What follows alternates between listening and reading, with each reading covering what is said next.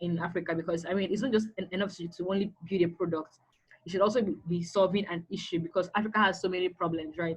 So what I would say around that is that there's actually a very huge market there.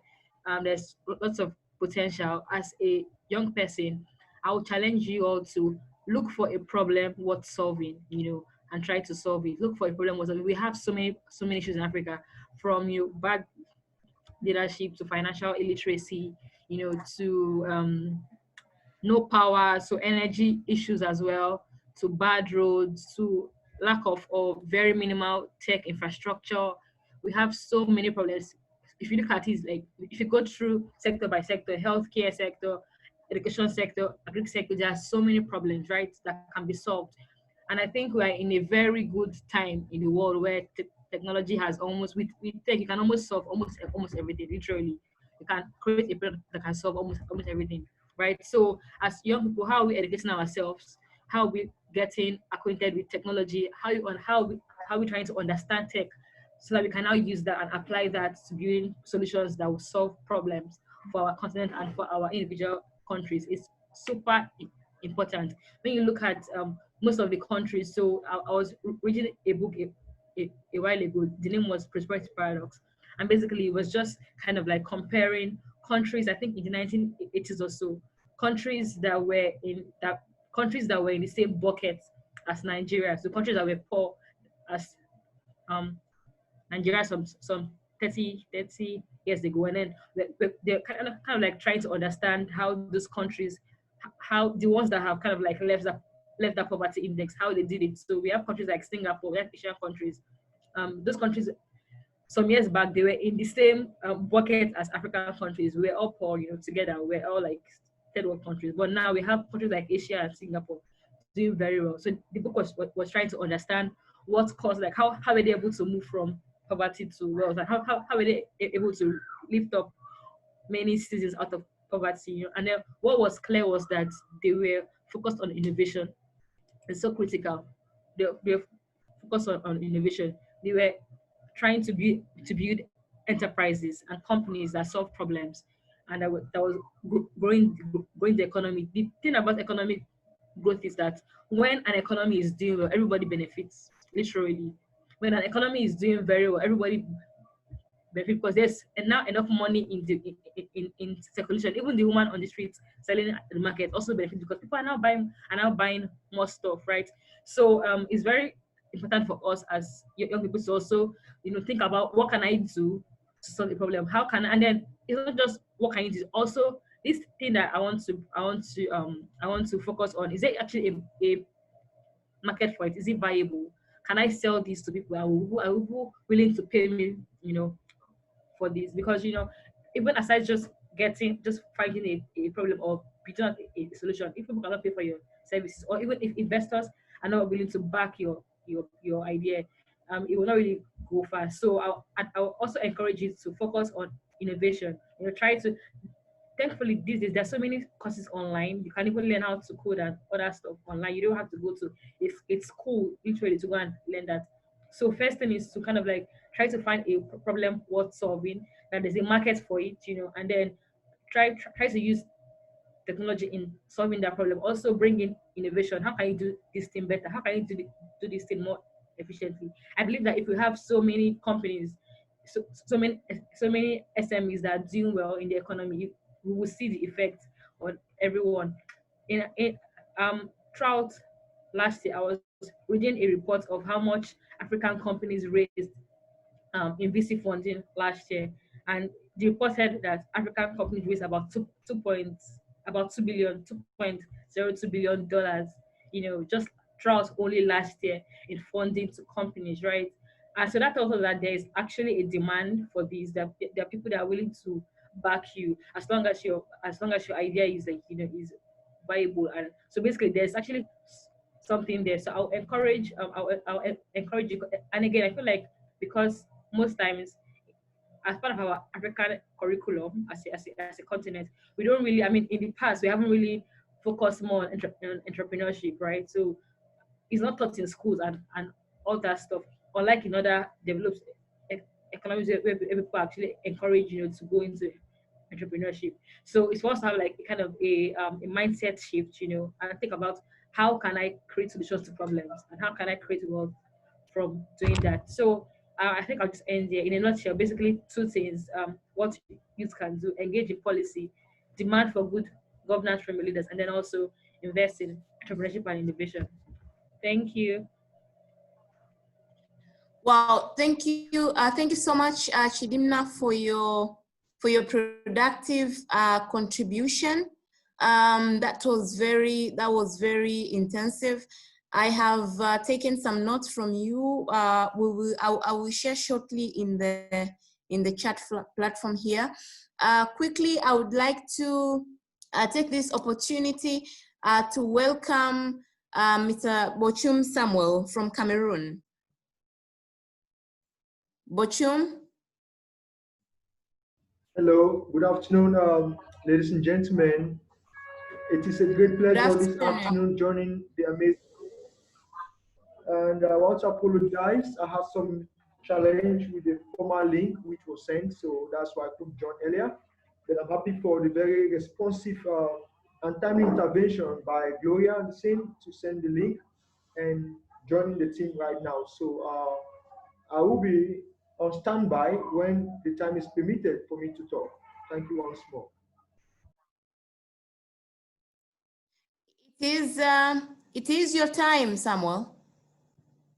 It is your time. Yeah, no, yeah, fantastic. I would like to start by appreciating the initiator of this amazing program and the whole entire team. Looking into the current challenge we're having across the world and in Africa, to be more precise, and to our various communities, we realize that there's going to be a lot of post COVID challenge, with unemployment issues across, and young people, especially those who are not yet into the technological world, might really suffer a great deal.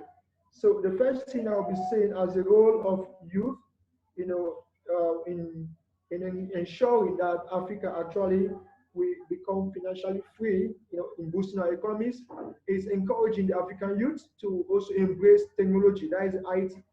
You know, it is we are in a fast-growing world today where everything, is mostly done through the internet. If you want to talk about marketing, your services or your product, you might want to use the social media as well as equally branding yourself and showcasing who you are and what you can do. So I want to encourage the African youth, those who are there about their role in also trying to see that we have a growing African economy, is that they should, be entrepreneurial in mindset and also trying to go digital with their services and their goods as well.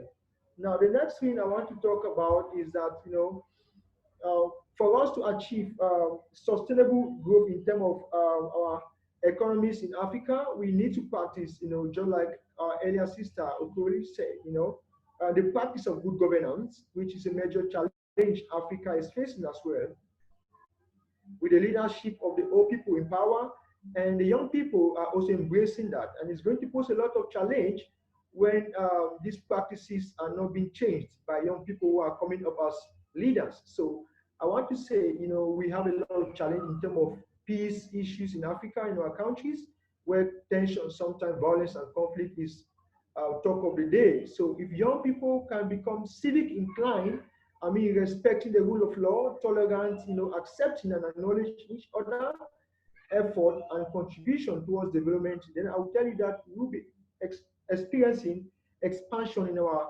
growth of businesses in Africa. And this will be done by the young people out there trying to study more and also practicalize the aspect and the principles of good governance at a very micro level, starting with them and their team members in their various initiatives. I mean, if that is being done, then I believe that that is just the starting point for the community to embrace transparency and accountability in the business and the resources which can be used, to also expand. Now, another point I want to say is for us to ensure that we foster what we call regional integration. You can be best at all levels, of works. Sometimes you might be good in one aspect, and the person in Nigeria is good. So I believe that if Africa can work in synergy in line with the UN SDGs, that is goal 17, talking about partnership, I believe that we will definitely foster a very strong Africa where, there will be this exchange of ideas and resources across Africa by youth, and if this is done, we realize that we will definitely experience growth and progress in our economy. Also, I want to also reiterate on the fact that, sometimes what we have to do is that we need to mobilize resources. Now, you might want to notice that maybe you can be in Kenya and you have an idea of maybe coming up with some solution, community-based solution in addressing a particular issue which you must have identified, might be in the area of agriculture or energy, and you might not have the resources. Now, if we can work together and try to see how we can share our ideas and mobilize resources, we can be able at one time to establish and create this particular project or idea in this country, and it will make a lot of wave. When it is successful, the challenge we face at the moment in Africa, everybody wants to do something. Now, if we can decide to mobilize our resources and support one person to start a business, then it is fantastic. That is one thing we need to do as a post-COVID solution in ensuring that we can have a booming economy again after this COVID-19 challenge. So we can see how we share our ideas, which are community-oriented in solving problems, and see how we can mobilize resources, maybe in a platform or a network or a coalition, and support one brother or sister to start up. Then we can also go to advertise the services or the product that he renders. That is the way we can go. And maybe the next person who is coming up want to do something similar we do. I mean, that would be a very fantastic way we will have to move. Then also, I want to say that this issue of great economy is something which is inclusive. Now, another aspect that young leaders need to know is that you cannot work alone. You must work with your government, because our government is the one that will give authorization for you to have the legality and the permission to operate in a particular community or a country. So you have to make sure you work in line with the government's rules and regulations. At times, people have good ideas, but they don't work in line with the government, and sometimes they are being put on hold, and it poses a lot of challenge. So we encourage that, we have to make sure we work with all stakeholders, be it the government, the local chiefs and authorities within our communities. This will help us when we are doing our community mapping, mobilization for participation in our respective projects so that we can achieve the end result of it. So I believe it's an aspect which, if we take seriously, we will be seeing that the economy of Africa will be taking a different dimension. And to summarize, I believe that youth in Africa are already doing amazing work.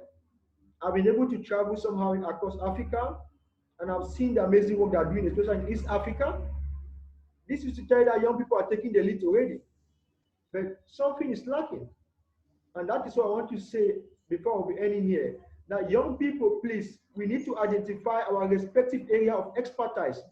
Where you are good in, you can't serve in all areas. You can't be an expert in peace, in development, in conflict, in agriculture, and so on, energy. You must carve a niche of a particular area which you are good in and become an expert.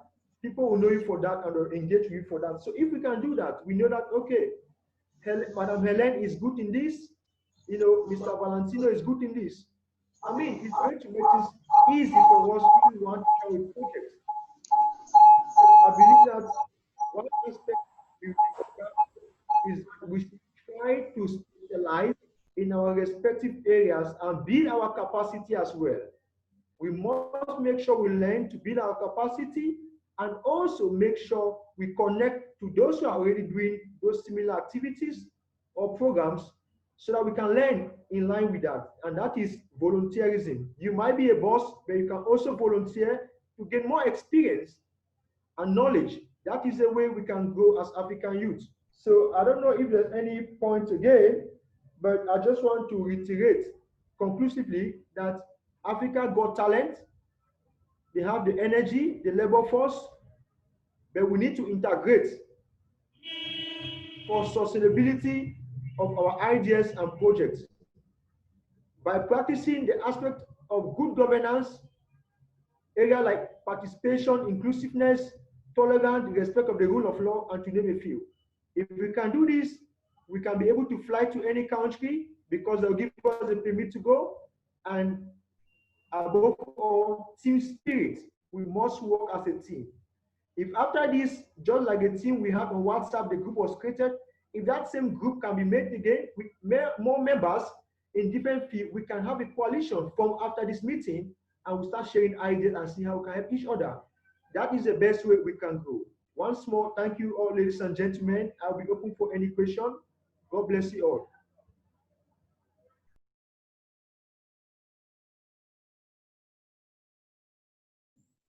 Thank you so much, Samuel from Cameroon, for such productive inputs you have brought. We will get into Q&A session. I am looking for Professor Juma if he's around. Yes, I can hear comments from Caris Okoth. Well presented, Sam. Good. Professor Juma is not around yet. All right, so can we quickly get to hear from participants who have some questions and comments before we get into Helen Otieno, because Helen is going to give us like a keynote speech. So I think she should be the last. So now, if you have any question, please raise your hand from what the three speakers has spoken about. There is Samuel from Cameroon, there is Chidimna from Nigeria, and Peter from Ghana. They all presented. So if you have any question, please. Anything you need to know. Okay, I can give you some clues, right?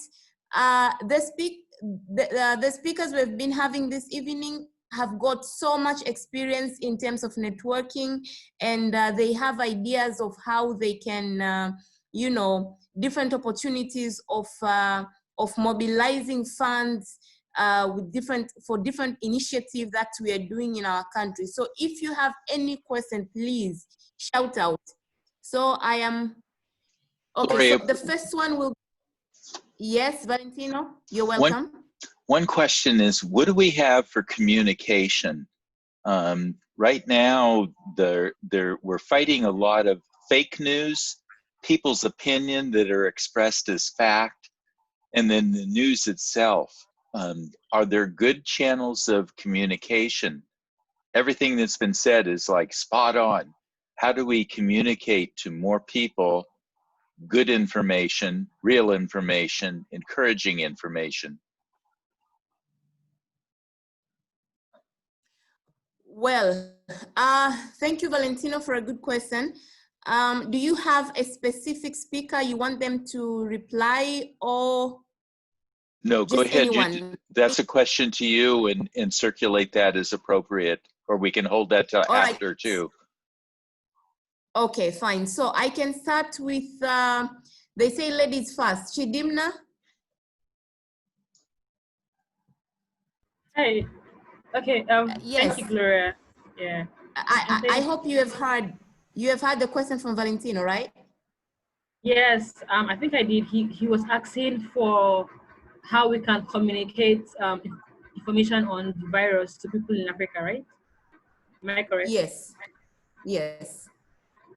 Okay, so I think when it comes to disseminating information, it's very critical to make sure that we are putting out the correct information, so that people don't panic or people don't go into just different things. But to your question of how do we ensure that we do that, I'm aware that there are some startups in Nigeria currently that's doing something around that using AI. So I once worked on a project with Facebook. It was called FB Start Accelerator, and the goal was they were trying to work with startups in Nigeria who were building products around deep technology, so AI, machine learning, and all that stuff. they were trying to kind of like help them with mentorship and resources to build out their ideas. So there was a startup that was called SAPIS, SAYPACE. Basically, they were using AI as a tool, AI being artificial intelligence as a tool to ensure that to ensure that there's no hate speech, and to ensure that you can fact check anything that you see online.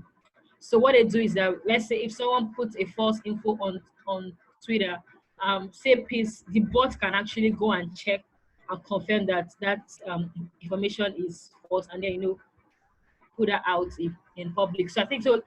Those are ways that we're seeing some startups in Africa or even here in Nigeria try to um, try to try to figure out or try to fight against the incidence of fake communication or even hate speech.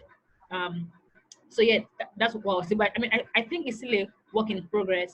A lot still has to be done to make it more real time, because most times these pictures already put out and then people are trying to check that. So what my own advice would be around, these platforms that people use to put out this information, aka Facebook, aka Twitter, it is also on them to already have an algorithm that will fact check posts and tweets. And I think Twitter started doing that of recent, when Donald Trump put out a tweet that was trying to incite, violence against the protesters. Twitter now has like a feature where they can check and see that, okay, this thing that you said is not right. So I think the other major platforms can also have that. Well, even while we have other smaller startups that are also trying to fight that, it's also on it's also the owners for these big companies as well to also ensure that their platforms are not used are not used to propagate fake speech. But basically, in a nutshell, I think there's some companies already in Africa that are working around that, and we hope that it keeps on growing and it becomes more widespread or more mainstream. Thank you. All right, all right. Thank you. Thank you, Chidimna, for the for the way you have answered the question. But then I see there is a lot of challenges in regarding to this, because we know, like in every country there are certain authorities that are more working on communication, and that are more dealing with the way you know the different details of news has to get into the community and nation at large. But then still, we have been having, so many fake news around. So what do you think? Do you think there is enough space or authority that has been given to youth in terms of, or let's say enough training that has been provided in terms of access to information? Do we really have access to the right information? And if we have access to the right information, do we really use this the access? Do we utilize the access to real information, to accurate information? What is the gap? What causes the gap? Because not only information regarding the crisis, but also even the right information regarding, investment, education, technology, and all that. Do we have access to the right information? And if we have access to the right information, what causes all the, all the habits and I don't know if it's the character or whatever, regarding sending wrong information and spreading news that are not real? Peter from Ghana. Peter? Mr. Peter? Hello. Yes. Hey, do you have anything to say regarding what Valentino has asked and what I've added into it? Yes, I will take mine from another angle. I believe there are a lot of good info out there, but we are not pushing this good information. I see a lot of fake info which is going out there. So I believe it revolves around collaborations and partnership. we have the good info, we need to partner with the mass media, because the media is a mouthpiece to every information that circulates around. So there is a need for partnership, there is a need for collaboration with this media so that they can spread the good info that we have. A lot of young people have good information, and because they are not getting access to the media, because they are not getting access to, for example, let's say Facebook, if you're able to collaborate with Facebook, if you're able to collaborate with Twitter, they can help our information circulate. They can help our information to reach a lot of people. So I believe it revolves around partnership. We need to partner with this giant organization, giant media organizations, so that they can help circulate the good info that young people are having.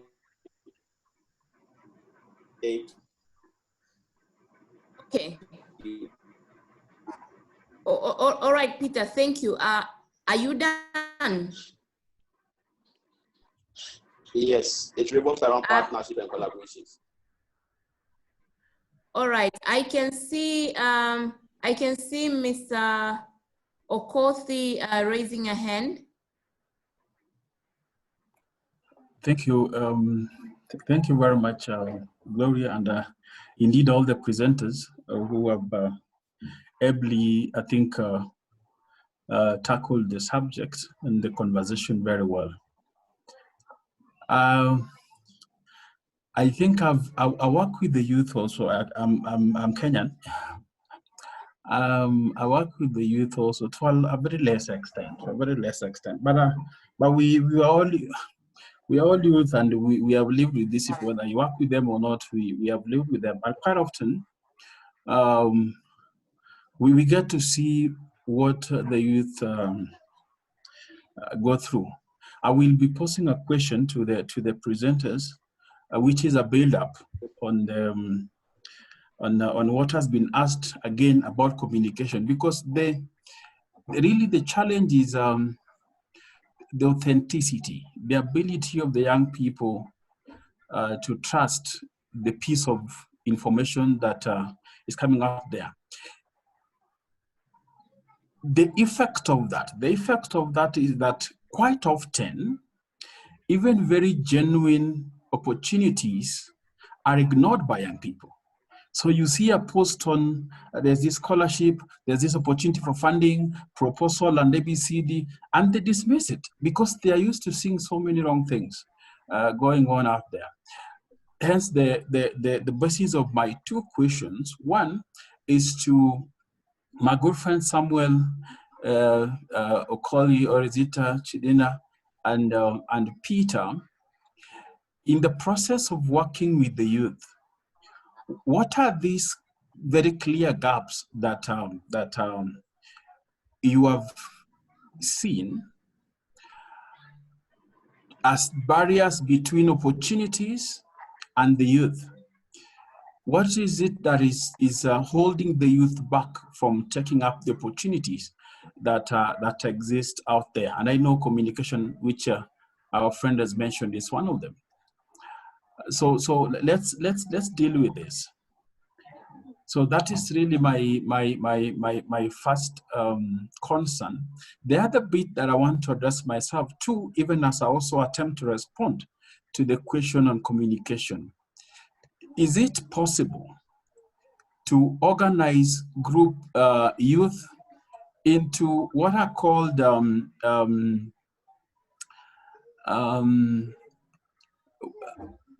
I don't want to call them producer groups, but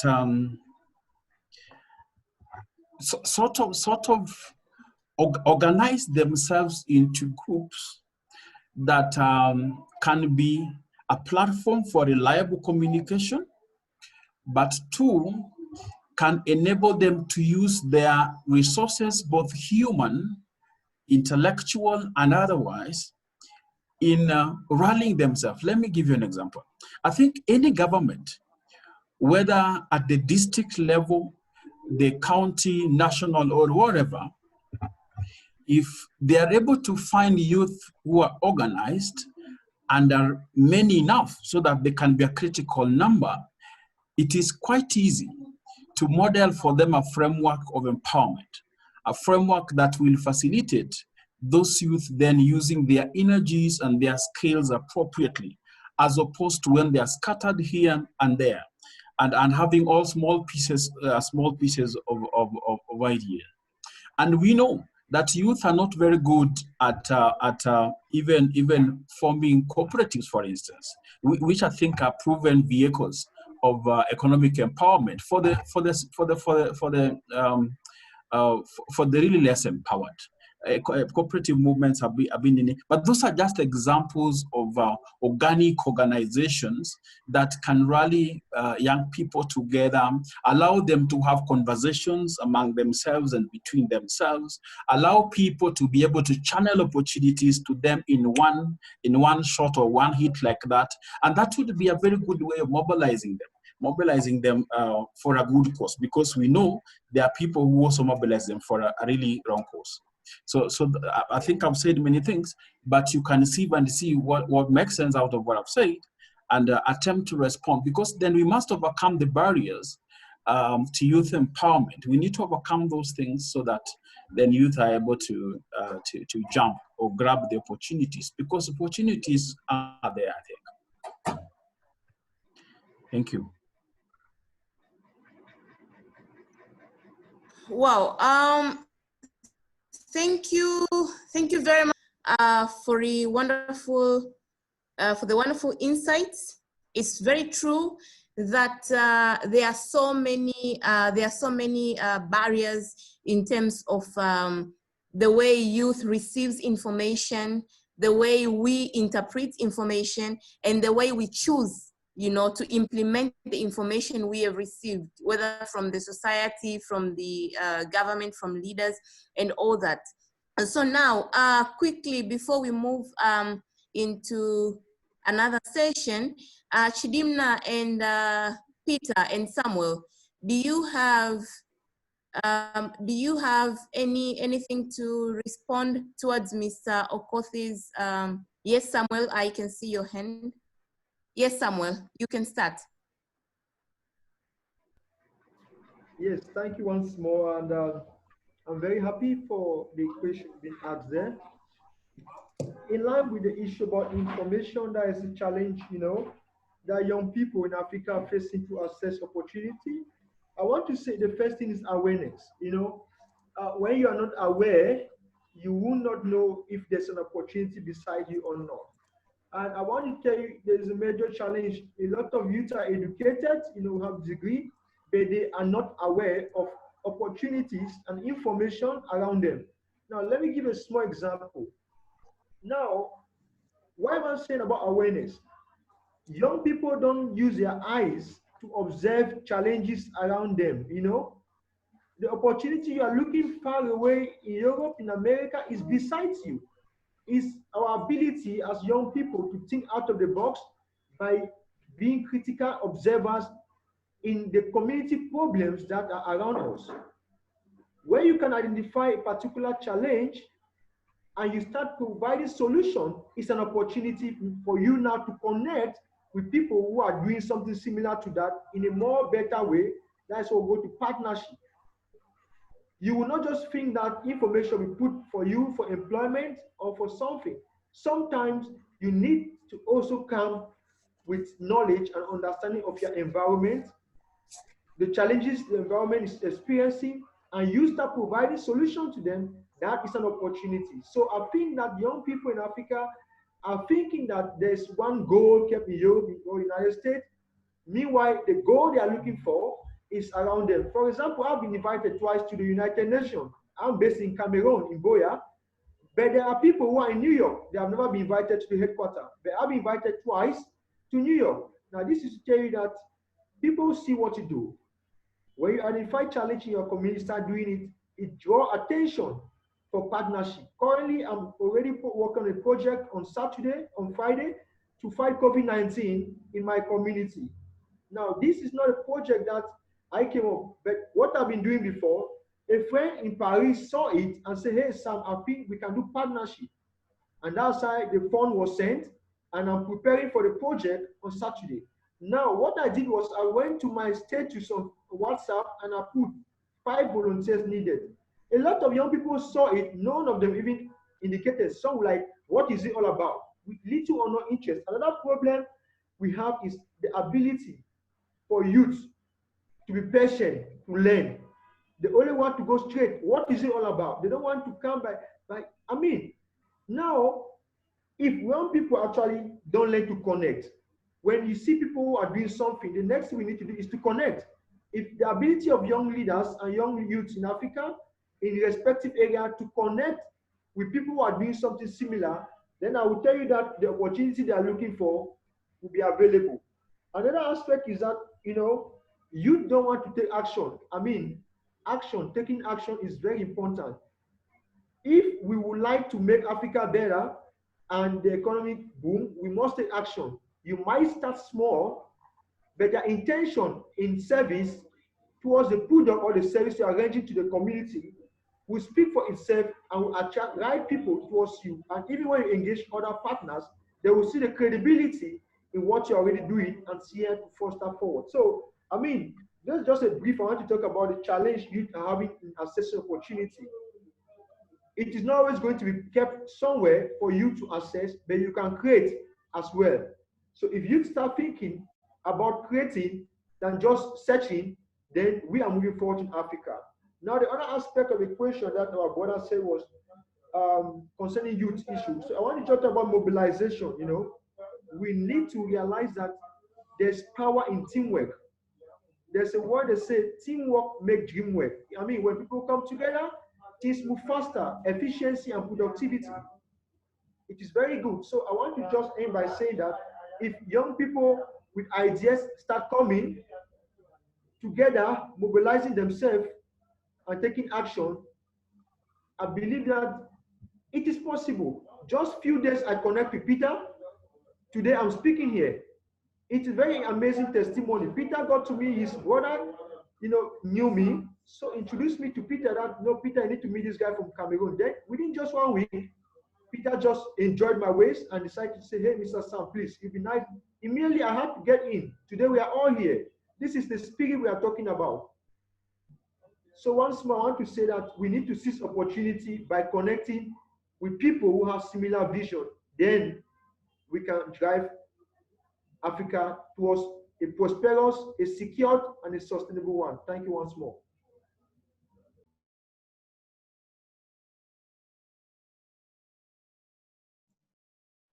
Thank you so much, Samuel, for the good insights. I would just like to, sum up a bit from what you have said. It's very true that in this century, most of the youth, we are lacking patience.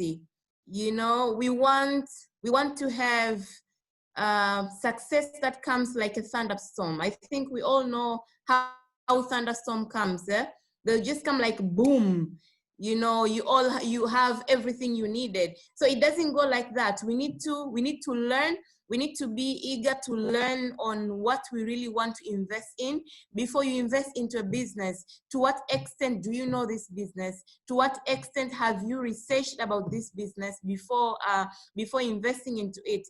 But also, you have spoken about teamwork.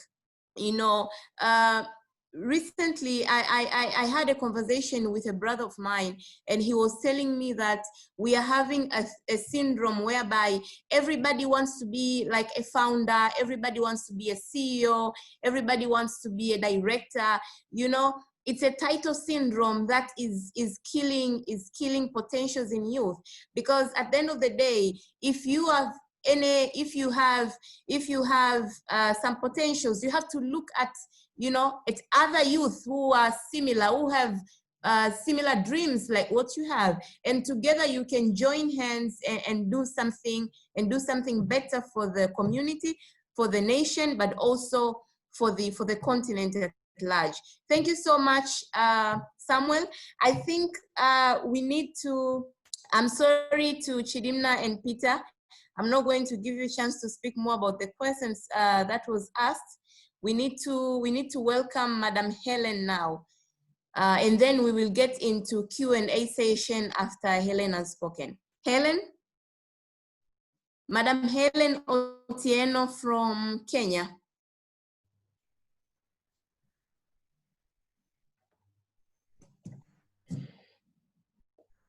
Good evening, everyone. Good evening, Helen. Yeah, thank you very much for putting together this webinar. It gives me great pleasure to be part of this important discussion where we get to exchange views on how we can drive Africa onto the next heights, and how the youths in Africa can play their role in growing African economies, and with particular focus on financial recovery from COVID-19. I was hoping to be here as one of the attendees and as a TFAF ambassador, but Peter and Gloria had other ideas. And so I feel greatly honored and privileged to be giving this keynote address. So a lot has been said, and for the last few hours, I've learned quite a lot from our speakers. So I think I may be a bit repetitive, but I hope you'll understand me. So let me start with the bad news. Now, one of the bad news is that long before the COVID-19 pandemic hit Africa, the continent was already grappling with widespread poverty and lack of employment, especially among the youth, who are the majority. And a report by the African Union estimates that due to the COVID-19 pandemic, nearly 20 million jobs, both in the formal and informal sectors, are threatened with destruction. So that's a major problem that we have as a continent. And so today, Africa is in the middle of a pandemic of great magnitude. We have never experienced anything like this before. We are told that the last thing, something similar was here,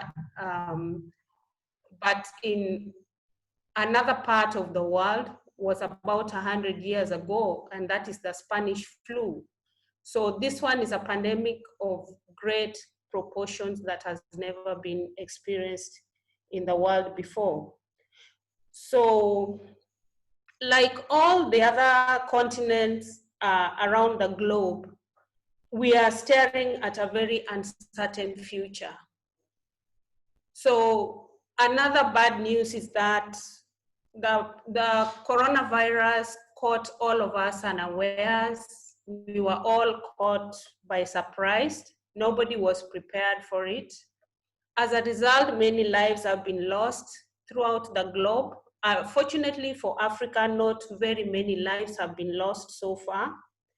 Incomes have been reduced and jobs lost. So, and again, according to a new report from PERC, which is Partnership for Evidence-Based Response, survey of March 29th to April 17th, 2020, that was carried out across 28 countries, it emerged that 20 AU member states, in those member states, 2/3 of people in 20 African countries fear going hungry if they had to quarantine for 2 weeks. So that shows you how the economic impact is quite great, because already the African communities are really, really vulnerable. So the youths are unemployed because most of them are still looking for jobs. Others have been employed in the agriculture and hospitality sector, and these are the sectors that have been hard hit by this pandemic. But the good news is that every cloud has a silver lining. So the silver lining here are the lessons that we have learned from the pandemic, that is COVID-19. What I've learned over the years is that no matter how bad a situation looks, we should choose to glean the lesson or the lessons from it from a positive perspective and begin the journey of change from the inside to turn the situation around. Another lesson that I have learned, and I believe most of us have learned, is to identify what is truly important to us at an individual level, as countries, and as a continent. This is what we must pursue. What the important things that we have learned during this pandemic. We've learned some of the things we've learned that our healthcare systems need to be stable. We also need to be economically prepared to take care of ourselves when unprecedented events take place. So those are some of the things that are most essential for us. And we've also learned that all humanity is in the same boat. Everybody in the globe is affected in some way by the COVID-19. And we are so interconnected that if the virus is defeated in one place, then everywhere the virus is defeated. It can't be defeated in one place and not be defeated in another. If one place still has the virus, then all of us are in danger. So this also highlights the need for cooperation and collaboration as a continent. COVID-19 has made us pause and reevaluate our personal, financial, and economic goals. It is now time for us to write a new narrative. And I think it is good because it has provided us, it has opened our eyes. It has been eye-opening, and it's a wake-up call to humanity to challenge, so that we can challenge our beliefs as a people. What do we believe in? So that these beliefs can guide our actions and in a very deep way. So despite the health and economic challenges that have been aggravated by COVID-19, there is a solution. And the solution lies in the human capital, which is our youth. Over 60% of the population in Africa comprises of citizens under the age of 25. And this human capital is a very fundamental resource that should be at the forefront of growing our economies and championing the recovery of our financial lives. So I would urge the youth to use this moment to arise and thrive. Use this moment as a springboard to drive this country to the next level, to drive the continent to the next level. We should use this low moment when there is widespread unemployment and underemployment among the youth population to not only create jobs, but also catapult the youth into the formal economy. Well, because as I mentioned earlier, most of the youth are in the informal economy. And if they get into the formal economy, their jobs will be more stable, and they will get into the tax-paying bracket of the countries, and that will help the countries move forward. So I would urge the youth also to be the change that they yearn for. That is, the change that you are looking for is going to come from you. It's not going to come from anywhere else. Because if you don't do anything about the situation, nothing will change. And as Africans, we need to be focused on combating our collective enemy. Our collective enemy is poverty. So how do we combat poverty? We combat poverty by being proactive and changing the way we are doing things. We need to build wealth as Africans. We need to renew our economies from the inside, because we've been trying to grow and renew grow our economies from the outside, looking for help from outside, while we have a lot of resources within the continent and we can do it. So the first thing that I would suggest, and that has been mentioned over and over again, is mindset change. The mindset of the youth needs to change. As our brother Samuel from Cameroon has said, the youth need to change this attitude of the microwave generation that wants things done immediately. They need to change and know that wealth is grown. It's not a one-day thing. So they need to be ready to work. Then when you change the way you look at things, the things you look at change. So it's up to the youth to look around them and see what they are looking at. Then they decide whether, if it is a glass, is it half full or half empty? If you look at the glass as half full, then that is a positive perspective and it's going to help you to grow. But if you are looking at the glass as half empty, you'll continue being a victim and complaining. So make use of what is in that glass. So the youth should change their attitude and stop being victims. If you stop being a victim, you'll be able to rise above the situation and change your destiny in spite of the problem. So we need to change that narrative. Africa has the capability and more than enough resources to take care of their needs and some more. One other thing that will help the youths to change their mindset is to appreciate what they have naturally, and that is God-given talent. You don't need to go to a shop and you don't need money to buy talent. So they should appreciate their gifts, talents, and abilities that are uniquely theirs and nobody can take away from them, so that they can use their talents to create jobs and create employment. And that requires a lot of creativity and flexibility.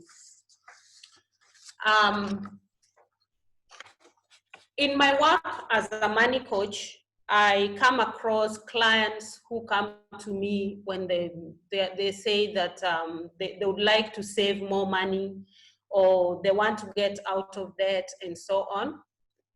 And for me, those are just symptoms of deeper issues that cannot be seen from the surface. So what I do with them is that we first of all sit down and have a chat about their past and their childhood, so that we can find out where these symptoms are coming from, and then they can be dealt with. So it's like not treating a wound with a deep wound that is festering with Band-Aid. So that's why mindset change is key for me. For me, it's key in the transformation of African economies. And so there has never been a better time for the youth in Africa to embrace financial awareness and education in order for them to actualize lasting change that will foster financial and economic recovery. One of the biggest challenges our countries are facing as we struggle to contain the spread of COVID-19 is implementing total lockdowns in the countries so that the curve can be flattened faster.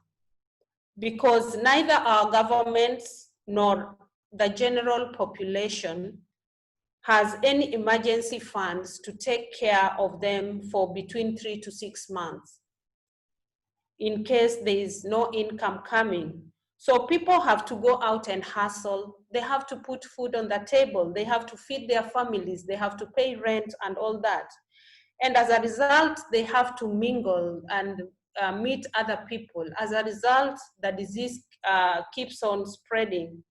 So Corona has taught us the importance of a strong immunity. And if you look at it from a financial point of view, having an emergency fund is one way of boosting one's immunity. So when people stop thinking that they don't have enough money to save, they'll be able to put away some money for emergencies, such as what has befallen us at this time. When the youth are equipped with financial awareness and education, they'll be better placed to put the knowledge they get from financial education into action, manage their personal finances better, and ultimately, they'll manage business finances more prudently, plan for their future, and even as they get into positions of leadership, manage public resources for the good of their countries. Another thing that I would like to talk about, it has been discussed at length, especially by Chidima, is innovation and the use of technology, innovation and creativity. For the youth today, employment opportunities are low. And the COVID-19 has worsened the situation, and the uncertain global economy calls for fresh ideas, so as to move in the right direction. And the youth are lucky because they have a powerful tool, and that is technology. The youth in Africa are really tech savvy. So they have started using that. We see, especially during the pandemic, there were youths who were partnering with the healthcare providers, even to provide information updates. And they are doing a lot when it comes to technology. And as it is the trend in the world, I would urge the youth to continue with that trend. So they can use technology to provide solutions to the challenges that are around them. Look around you, see what you can do, and then see how you can use technology to leverage on technology to find a solution, because people are buying solutions, and that's how you form a business. So when you talk of creativity, it is key because this is a very competitive, the business environment nowadays is very competitive, and creativity cannot be left out. So I want to refer to, there's a group of young men here in Kenya, Mombasa, Kenya, where I live. When the government announced a lockdown in one part of the city called Old Town, these young men were just selling fresh produce on a hand cart, but they injected creativity into their business. They called that business Kitamtam Peremende, which is a local Kiswahili for sweets, different names for sweets. So that's what they were calling themselves. and then they would sing a very interesting song that resonates with the people in that locality as they push the handcart. And as a result, they made very many sales. And they even caught the eye of the governor, who has had an audience with them and has promised to boost their business for growth, and even to educate 2 of them in that group who are still going to school. So that's how powerful creativity can be, because if they were just selling their vegetables and fruits like any other person, nobody would have noticed them. But because of creativity, they've been able to stand out. So today's creativity creates tomorrow's industry. And I believe as these young people become more creative, they grow and they form an industry at the end of the day. And something else that will help us grow the economy is collaboration. Our brother Samuel said the youth should mobilize resources together, share ideas, which is a very good idea.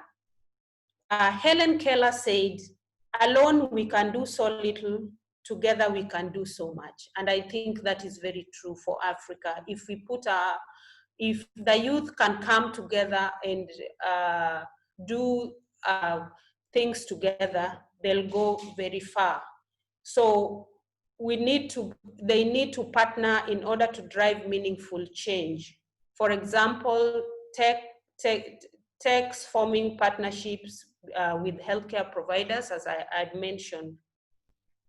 So as I conclude, the most important resource that Africa needs in order to recover is Africans themselves. Africans need to help themselves first before they look outward. And secondly, mindset change is imperative if we are to achieve different results as a continent. Don't expect different results if you approach challenges with the old mindset that got you there. So I call upon African governments to provide stimulus packages like tax breaks and relief to keep businesses afloat during these uncertain times, and also reduce barriers for growth. Make the process of business registration simpler, and even when young people innovate and come up with new ideas and they want their goods to be standardized so that they can penetrate the market, the authorities should make it easier for them to penetrate the market. And to build back even better Africa economies requires commitment from the authorities to accelerate the pace of innovation. How can the governments help the youth to accelerate innovation faster, and to empower the youth to take up their role as change makers, because the youth have the potential? So the youth also need a platform to enable their voices and insights to be heard in order for them to own the process. They need a place at the decision-making table so that their voices can be heard, so that they can also own the process. They can trust what they are being told to do, and also own the process as well.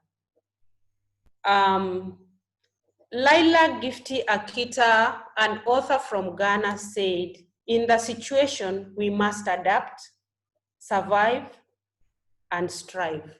And that is what Africa must do. My question to the youth in Africa is, what role are you willing to play in order to turn around the situation after COVID-19? May Africa's youth rise to the epic responsibility of this crucial time, adapt, strive, and thrive. And may we parents, communities, and governments make meaningful contribution to this end. So as I wind up, Let me quote Nelson Mandela, who said, "Sometimes it falls upon a generation to be great. You can be that great generation. Let your greatness blossom." Thank you.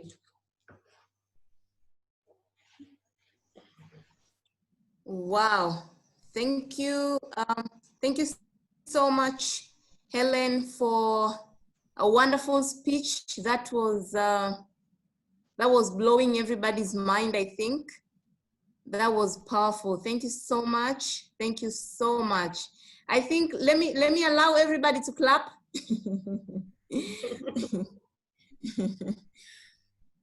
Yeah, you know, it's digitally, but we can't avoid the human touch. So can we all clap for Helen, please? All right, thank you so much. So yeah, you can unmute and clap. Just unmute and clap. I've allowed this. Good job, good job. Good job, Helen. Thank you. All right, thank you. All right, thank you so much. Thank you so much. So now, now that we have heard from Helen, I have been so much waiting for Professor Kasozi. He had some difficulties with connection, but now we have him here, and I so much believe on the experience Professor Kasozi is having in the areas relating to mathematics, insurance, and investment. And I am sure he is loaded with treasures on what we as youth can adapt, survive, or strive in this difficult situation that we have in the financial recovery, in growing back the African economies, the lost economies. We have chances to adapt, we have chances to thrive, we have chances to survive. Professor Kasozi, what is your take? What survive and in order to strive as youth in growing back the lost Africa economies, but also as part of financial recovery from COVID-19. You're welcome, Professor Kasozi.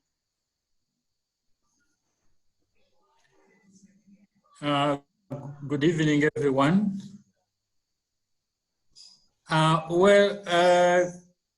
Anderson, you remember you requested me to prepare something, but I was so busy. I couldn't put up something to present formally because I have so a lot, and I actually had 3 Zoom meetings starting at 5 to 7, but I chose this one.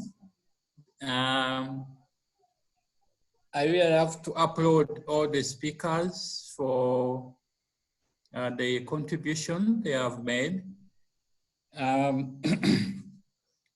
One thing that maybe I can say is that when we talk about the youth, I think we need to categorize them. They are youth who were already in business or contributing to the growth of the economy, but because of COVID-19, they have been drawn miles away from zero. So they need a bailout to get them to zero, to meet their colleagues who haven't even started, to innovate, to think about, you know, how to contribute to the economy. So these are 2 types of youth.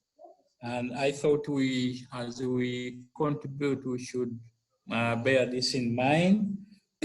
But most of the things have been said. And I think time is now to plan and to innovate. Because once the post-COVID time, there might not be enough time to do planning. It might be implementation period. Implementing what thoughts one had in mind on how to recover. Because I believe that if you empower yourself financially, then in the end, you'll be empowering the economy. I hope I'm right.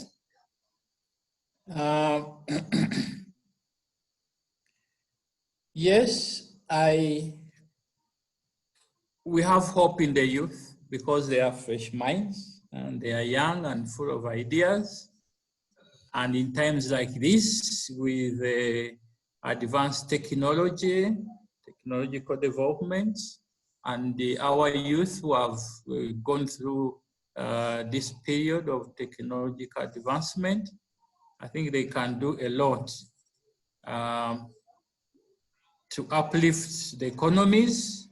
We are not yet past COVID, so we don't really know. We are still dealing with expected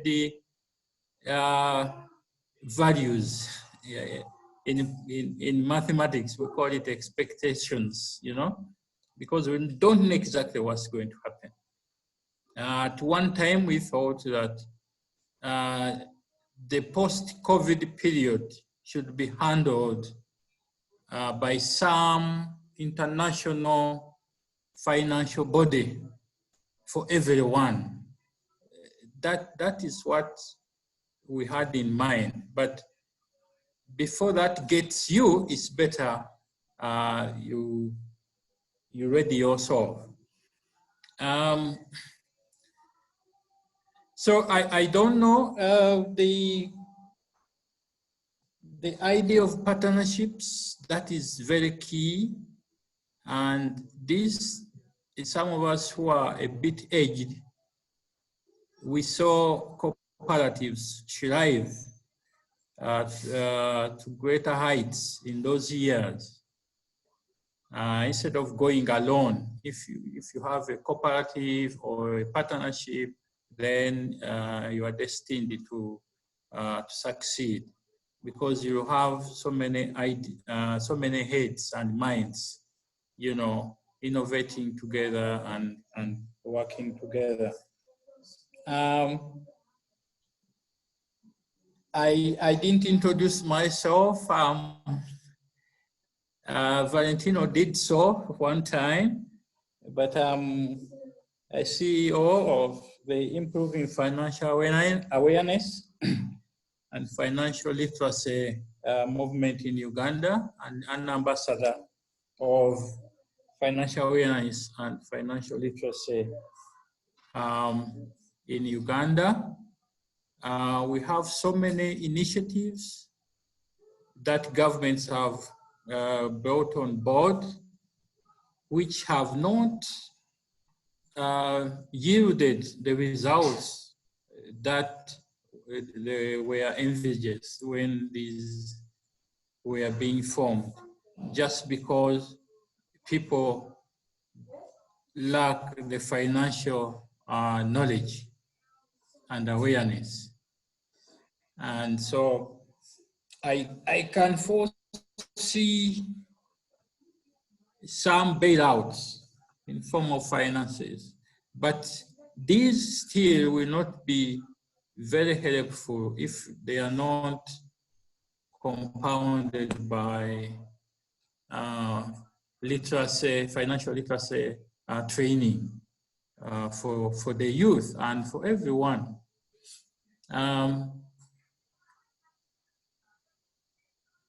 So Anderson, as I said, I didn't prepare anything, but I've really enjoyed your talks. Lots of theory. I don't know how practical some of the things you are saying are, and what their impacts can be, and or outcomes can be. But they are good theoretical thought.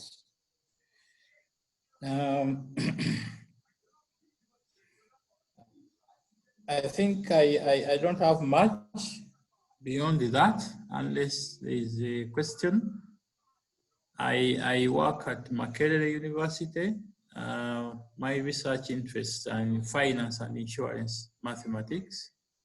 That's what I teach, that's what I publish in. If you Google my name, you'll see so many publications in that area. Very, very much interested in finance and insurance. But the youth have a lot in their minds, and they need someone to, and if you can get a group of say 10, 20 or 50 with the same focus, I think they will go a long way in liberating themselves financially, and as an impact, they will liberate the economies. Thank you very much. I submit. Well, thank you so much, Professor Kasozi.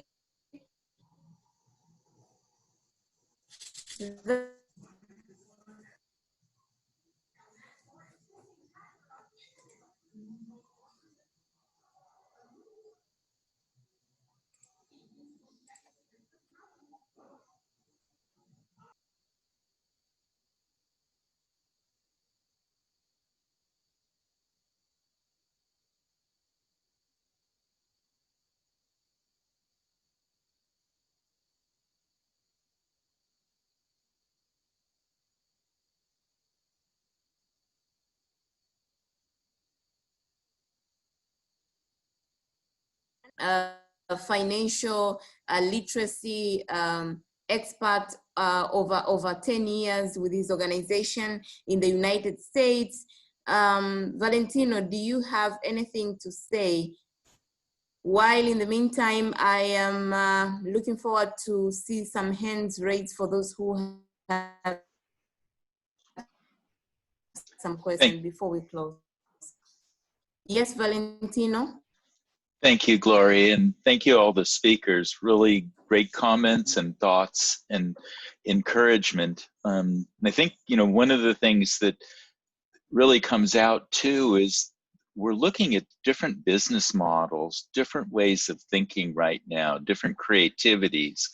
The way we've taught our youth in the past, is that still going to be viable in the future? Are the jobs that we had in the past viable?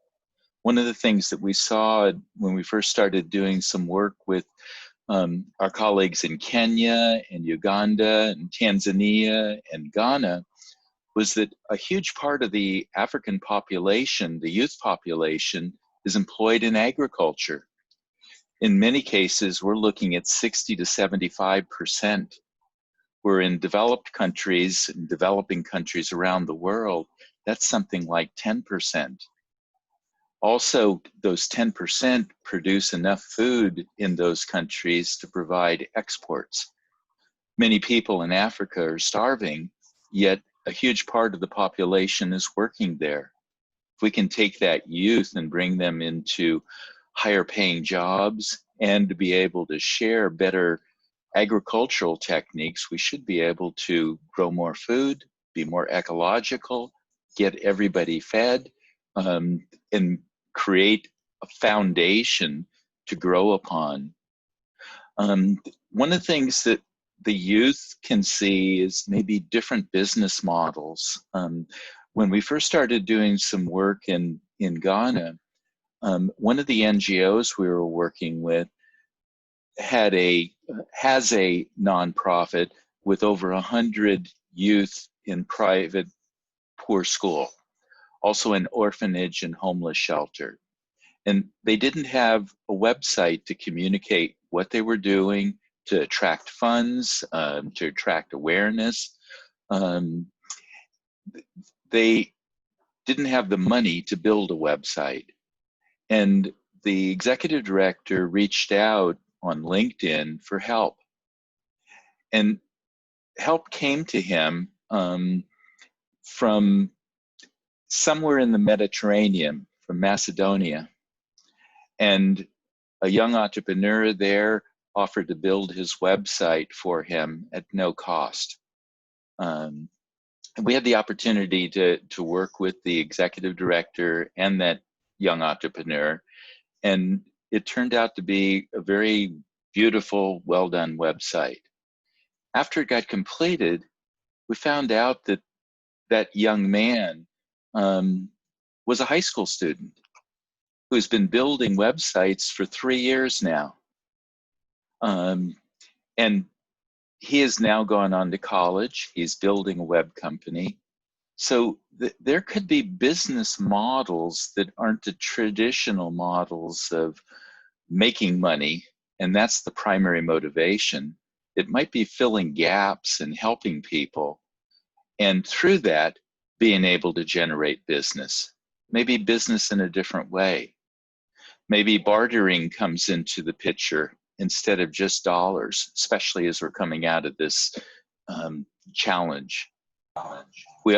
We also noticed that in a number of areas, we asked the question earlier about communication. Africa has got something like 1.2 to 1.4 billion people with 54 individual countries. Some of those countries are friendly. Some of those countries don't like each other. Some of those countries communicate. Some of them don't. Some of them have different political ideologies. But the youth in those countries really are undereducated globally.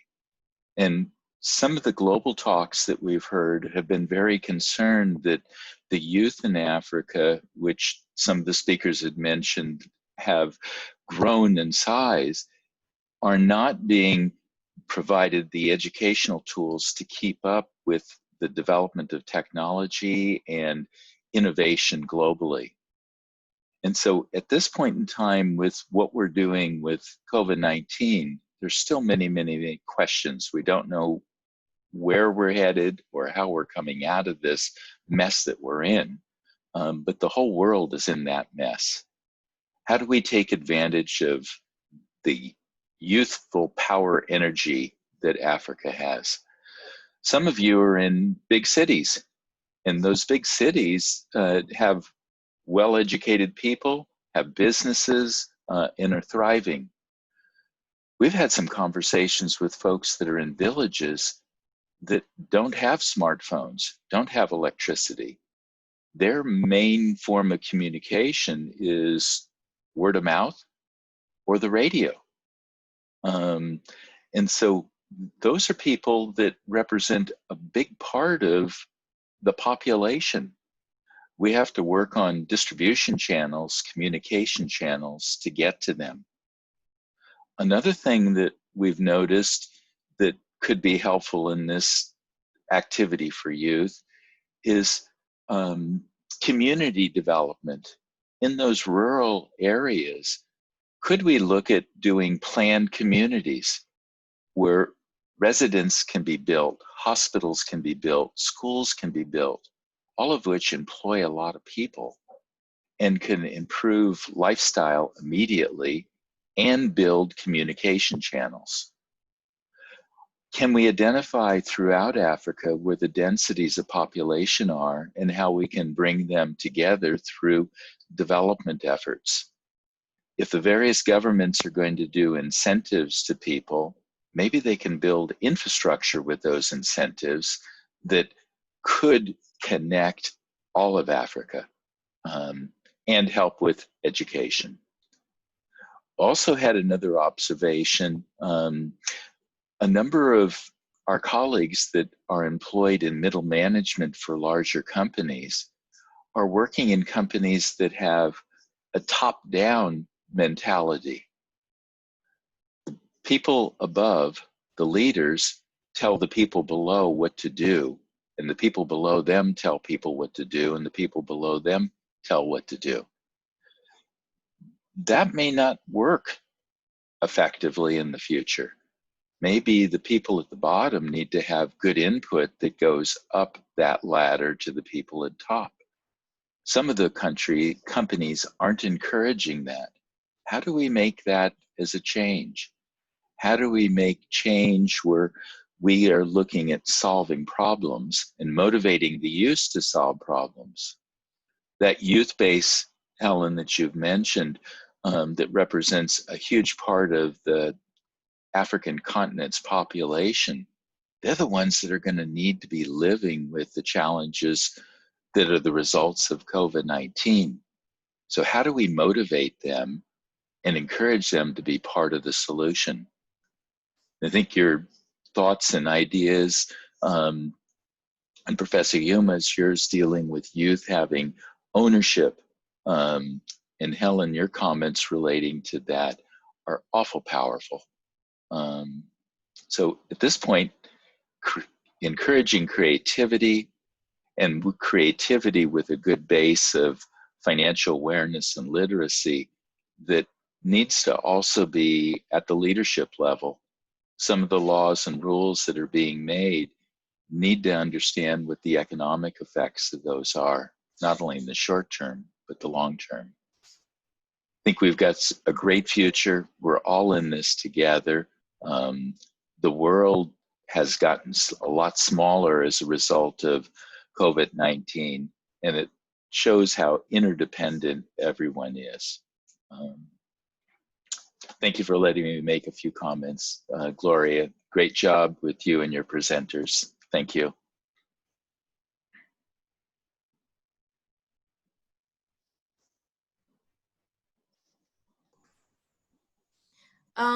Thank you, Valentino, for the productive insight.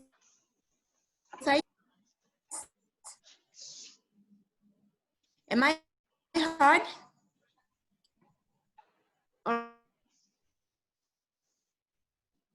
All right, I think my network is not good. For the insight you provided, you know, I think we are all Africans except Valentino here. And so when we are speaking of Africa related issues, when we get to hear from someone who is from outside the continent and they provide their views regarding what we can do as Africans to make it more better and to grow back the economies, it feels so good. So thank you so much, Valentino, for the insight. Now to the audience, we're going to yes. Now we want to clap for Valentino. Can we all clap, please? Thank you.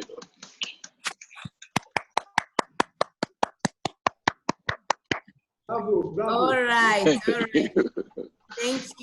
Thank you. Now you can get back to be muted. All right. So, does anyone has a question, please? And feel free if you're not conversant.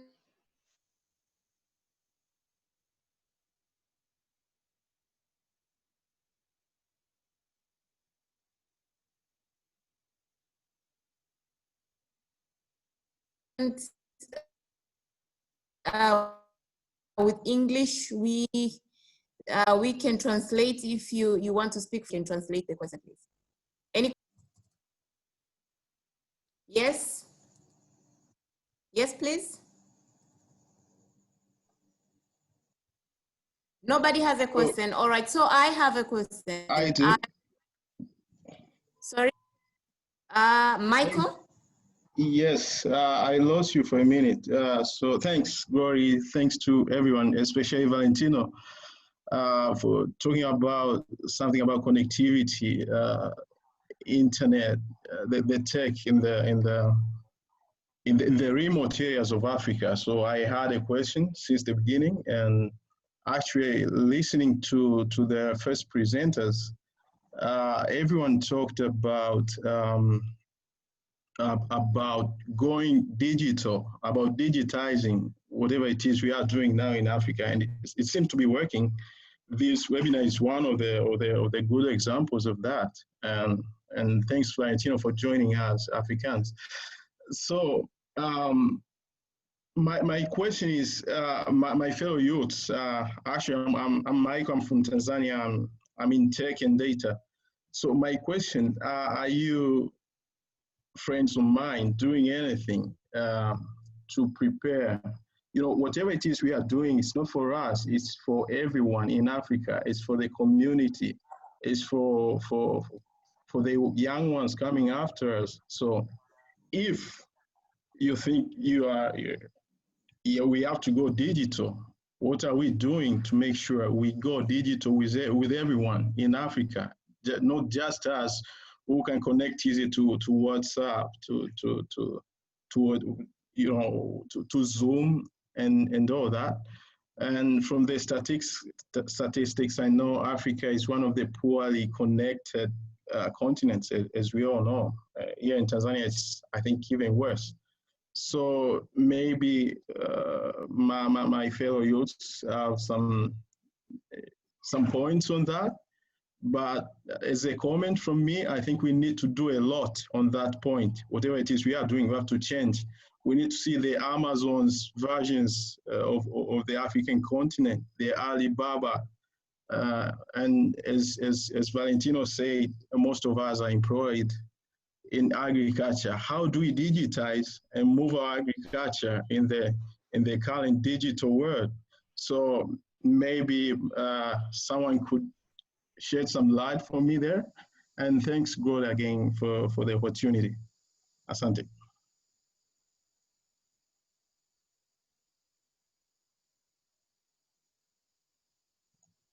Glory, back to you, please.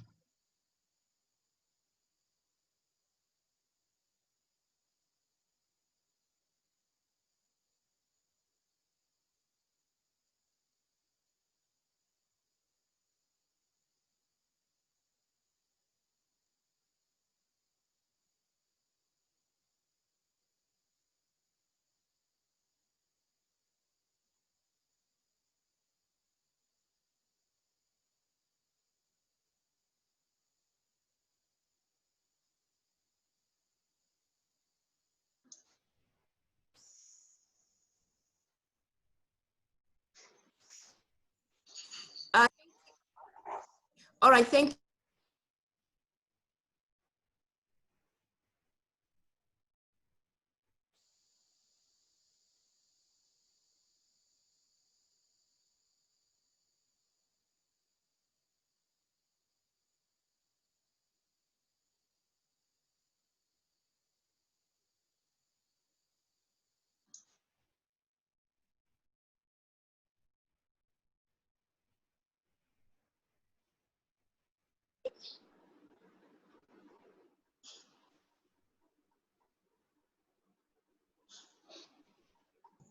Sorry, guys. My internet was a bit unstable, so it took me out. But then, so thank you, Michael, again for the question. Now I'm going to, whom should I select here? Samuel, Peter, or Namala Samson. Anyone? What do you think? What can be done? Mr. Karuth Okothi from Kenya. What can be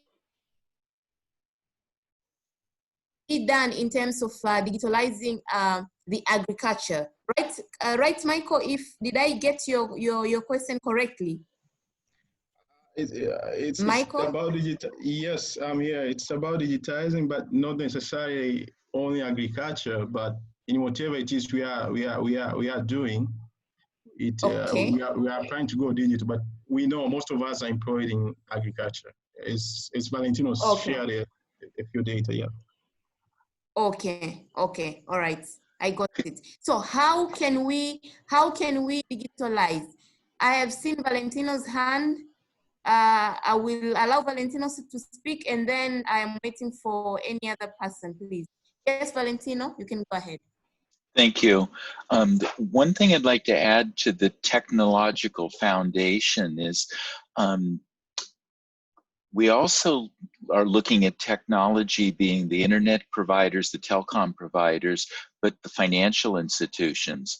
A number of Uganda, a number of African countries aren't allowing payment mechanisms to come through for their websites.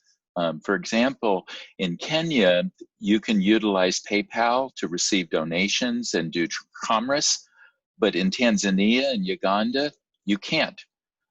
So there's some political issues dealing with the technology questions, as well as the technological infrastructure. And the technological infrastructure is like building roads, building waterways, building sewerage, building electrical communication. That's all part of infrastructure. The youth could put some really strong focus on how that can happen, those in rural areas as well as in the inner cities. I wanted to bring the financial and the technical side because that's also keeping the world away from Africa, not bringing the world in. And one more thing is with COVID-19, this has changed the workforce. There's no more have to go to an office to do work. Companies are hiring people now sight unseen around the world to do work. So there's employment opportunities for those in technology now. They could be working for countries in Asia, European countries, American countries, in a digital format.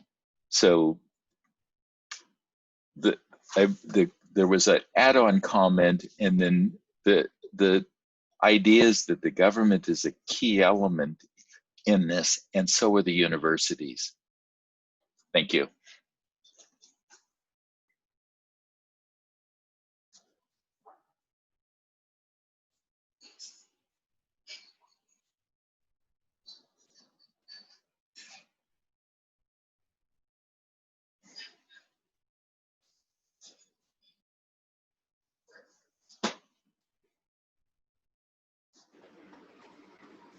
Hello. So I think we have lost Gloria. Gloria, you will lost Gloria. I want to throw some. Yes, so I want to throw some more light on the question that was asked. I believe there's a need for young people to actually build online platforms. So we need to take whatever that we are doing online. For example, Jeff Bezos, there's a need for him to reach global customers. So he went online and then he built Amazon. So we can take our products, we can take our services online by building online platforms. And once we do this, everyone can log on to our platform and have access to what we are giving them. And once we build this, you should also be in the position to educate the people to really understand and then know how to use our platforms. Because there are a lot of platforms that have been built by young people, but because they have not educated the people to get familiar with this platform, they are not able to access it. So first of all, we need to take our services, our products, whatever that we are doing, we need to build an online platform for it. And then we need to educate the people to be able to use it. Yes, thank you.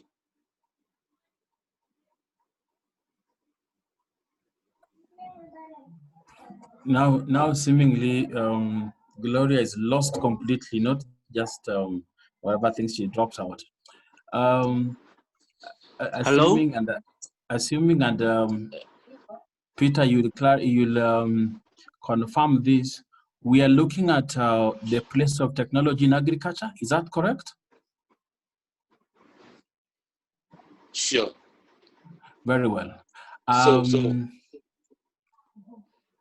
And you know, in our time today, every time that we talk technology, we quickly got mobile phone and ABCD. It's important that technology in agriculture is broad-based. It's wider than telephone and communication and stuff. Technology can be used for sourcing input and stuff. Technology can be used for actual production in agriculture. Technology can be utilized in processing, and technology can be used in marketing, pushing pushing the agricultural produce or processed products into the market. So that is how critical and integral then technology is in agriculture. Actually, for me, the gap between youth agricultural production or youth participation in agriculture, productive agriculture or commercialized agriculture, and not getting involved, which is has been a very big concern for most African governments, because youth who have gone to school do not think that agriculture is prestigious. They don't think agriculture is their domain. So then it is often abandoned, and we leave the older people in the villages to do agriculture. Hence, again, the reason why we have never been able to properly commercialize agriculture or even do agribusiness. Let me give you an example. Today, I've seen locally that European Union is investing about 5.1 billion Kenya shillings in the youth and the women in agribusiness. Youth and women in agribusiness, targeting about 2,400. It was in our local dailies today in Kenya. It's information that you will even share with young people in the platforms where we sometimes sit or participate in the youth platform. What is amazing is that the youth will comment on matters, politics, negative energy, nothing very productive or channeled. But that opportunity, nobody comments about it. So it passes like that, like any other forward. And why? Because it is agribusiness. And some of them are in the city. So they are wondering, why would agriculture be relevant for us if I'm in a big city like Nairobi, for example? Yet, technology can enable agriculture very easily, even in the urban centers. And so a lot of our youth who are in the slums and struggling, going out there to do manual jobs to earn very little money, would perhaps earn a better and a more decent living if they engaged in agriculture, urban agriculture, which is dependent on technology. But to make this possible, I think there's a lot.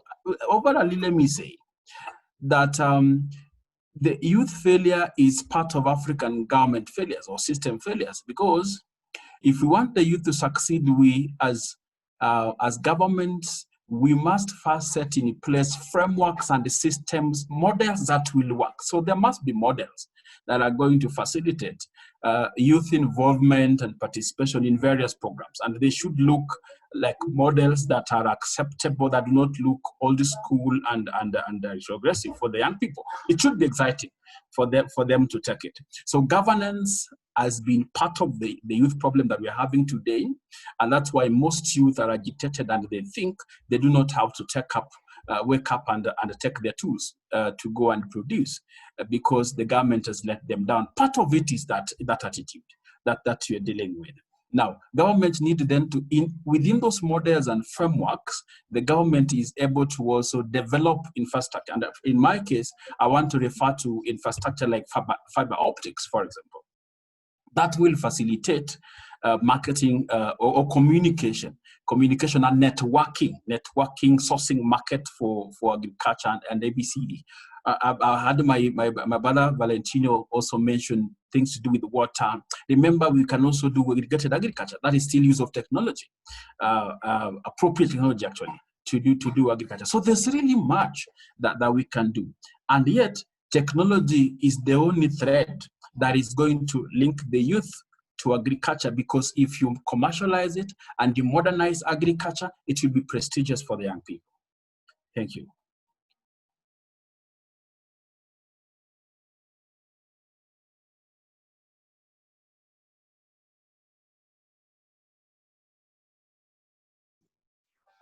Thank you so much.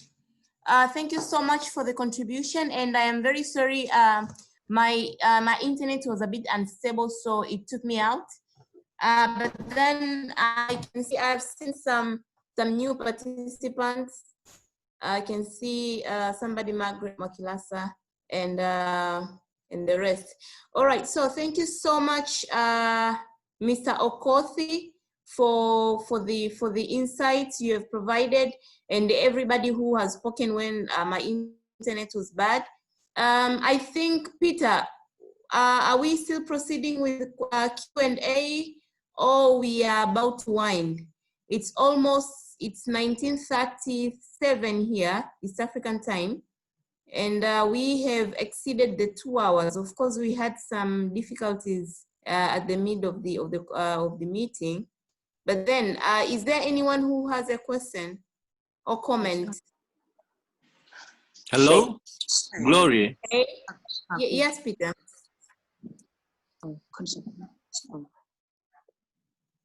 Yes, Peter.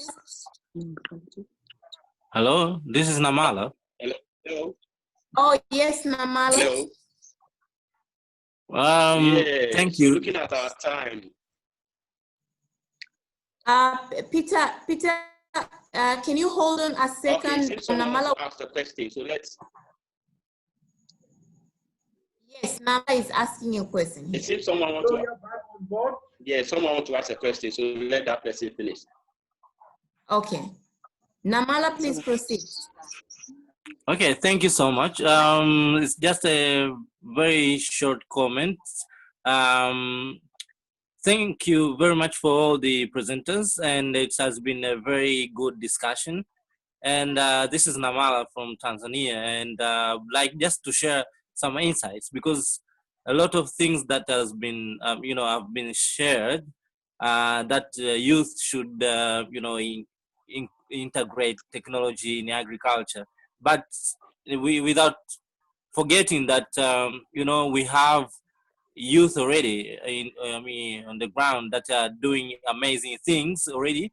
And as you're speaking of agriculture, is that a value chain from the production, packaging and everything up to end user, like a customer, at home. So there are young people who are doing amazing things in the value chain. For example, I have my friends who have their own companies renting or maybe giving farmers those tractors, just to increase production. And others have created mobile apps just to ensure that farmers are getting enough information regarding to what seed, which type of seed to use in which months, for example, like if you want a certain seed or to have, maximum production, that, that artificial intelligence mobile app can give you the information accordingly, wherever you are, especially rural areas. So, and the other people in terms of the value chain itself again are doing the delivery, after packaging, after production, after packaging and everything. People should have the access of those products. So there are young people in Tanzania that have established companies and using technology to do delivery of the agricultural products. And yes, another thing is that other young people are doing packaging, of course, producing the packages, different types of packages, plastic, eco-friendly packages, for example, envelopes, paper, or recycled papers, and so on. So is that as we are discussing, it's not that things are not moving or are not conducted so far. We have to be aware that young people are doing so. And to come with my own example is that after knowing that there is a gap of information, especially as one of the contributors say that most of the young people from universities and secondary schools are not embracing agriculture, and they don't see as this agriculture as part of their own daily life. That's what I can say. But what I've seen that gap, that there is a need for inspiring more people and motivating young people to be aware of the opportunities. Then I use the existing platforms, for example, Facebook, Instagram, and WhatsApp. And I created almost 6 groups of WhatsApp, and I called it Fursa Lounge. That's in English, like opportunity corner or opportunity lounge, where like every group, as you are aware, is that it can consist up to 257, participants. And if you totalize that, is almost 1,500. You can see how much impact is creating. Like every day, different opportunities are shared, from internship, scholarship, but basically also agricultural opportunities as well. So is that we have to increase, and we have to be proactive, more innovative, to use the existing platforms, but yes, to create more platforms as well, to ensure that several other platforms are used to encourage young people to be to engage in agriculture, and to love agriculture, and to be part of the production, marketing, and packaging, everything up to the end user. Most of the things that we are using today is like part of the agricultural products. The clothes that we are wearing, is part of cotton production and so on. Everything that we are doing, the tables, like wood, made of wood, tables, chairs, several things. We have to ensure that they are aware of that agriculture is our daily life, but yes, to use technology and be innovative, to use technology in supporting agriculture. So thank you so much. But I encourage all of us to be proactive as well. So thank you so much. Thank you, Valentino, and thank you, Gloria. Thank you so much. Yeah. All right. Thank you, Namala, for the insight you have shared. I think I would only welcome somebody who has just joined from South Africa, Fanele. Fanele, I'll just give you 2 minutes, and then okay. We are going to whoever is interested into sharing their contacts, email address, just for networking purpose, you can go in the chat room and write up your details. In the meantime, Fanele, you're welcome. Hi. 1 minute. I just want to know, which career choice do you think is best now since the lockdown? Oh, okay. Basically, I think personally, every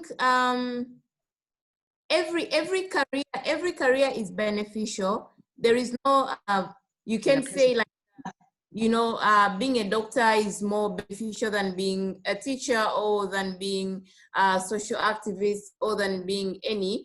But I think it's just how it just depends on how you mobilize, and on how you implement the idea that you have in the areas that you are working on. A lot has been said, but also I would just say in this question, I would basically say that in whatever you are doing in this season, you have to make sure that it is to some extent embedded with technology, whether being it agriculture, being it education, being it if you're a lawyer, if you're a teacher, if you're an agriculturist, if you're anybody, just make sure that it has to be embedded into technology, whether it is relating into financial institution. If you're doing, if you want to do anything related to money transfers and all that, it has to be mobile. You have to do it digitalized, so that it can, so that you can be able to go with the pace of technology and where the continent and the world is getting into the fourth industrial revolution. I think I've answered your question, Fanele. Yes, yes. Thank you so much.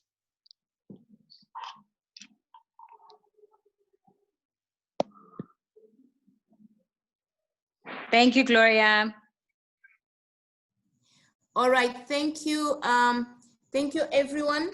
I think we are closing. I would welcome Peter from Ghana to say something regarding the next session and a little bit of the Millennial Voices Africa. What is it? What is expected out of it?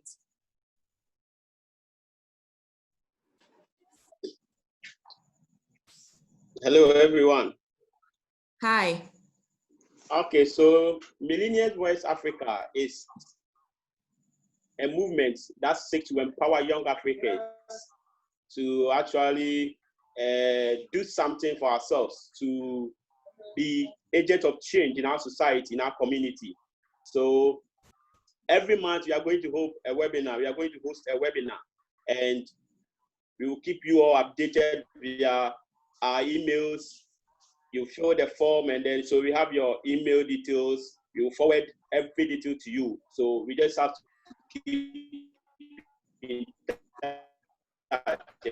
And then we have a WhatsApp platform that we are going to add you all on this platform so that we can partner, collaborate, and then share ideas, help our community, things that can help us move Africa forward. I believe once we come together, we can do a lot together.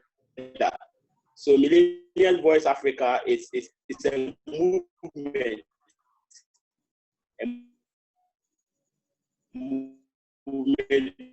to initiate change, a movement to empower the young people so that a lot can be achieved for our continent. Yeah. Take over and then sign up for us. All right, thank you once again. Thank you everyone for joining. It was very we are very honored and we feel very humbled to have everybody who was able to, but useless to prepare something like this and have nobody to attend. So thank you so much for attending. Thank you so much for attending. And I'm sure you have